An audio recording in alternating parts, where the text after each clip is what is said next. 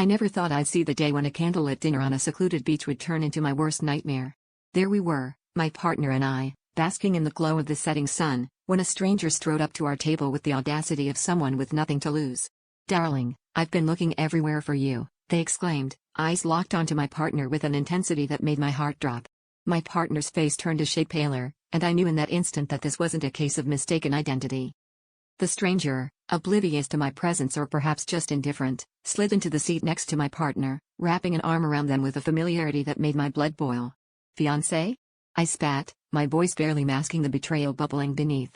My partner stammered, words tripping over themselves in a desperate attempt to explain, but it was the stranger who filled the silence. "We've been engaged for months." I wondered why our romantic getaway was suddenly cancelled.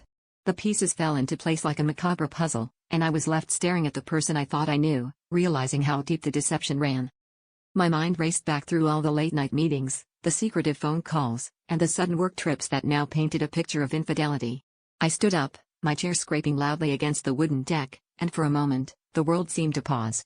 My partner, eyes filled with a shame that was almost satisfying, tried to reach out, but I stepped back, my decision clear. As I walked away, the stranger's voice followed me. "I didn't know about you either." It was a small consolation, a shared victimhood in a twisted game I never signed up to play. The truth, raw and unfiltered, settled heavily on my shoulders as I left the beach, the waves crashing behind me like the echoes of a relationship I had thought was solid.